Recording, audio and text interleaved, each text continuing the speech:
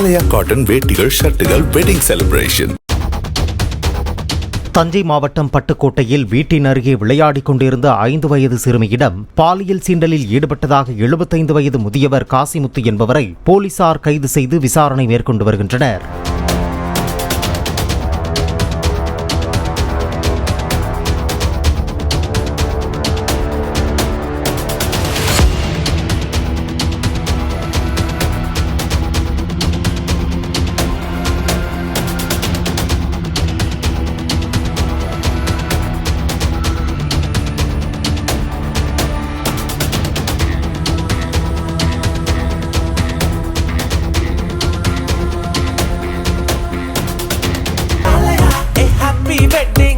ஆலயா cotton வேட்டிகள் ஷர்ட்டுகள் wedding celebration.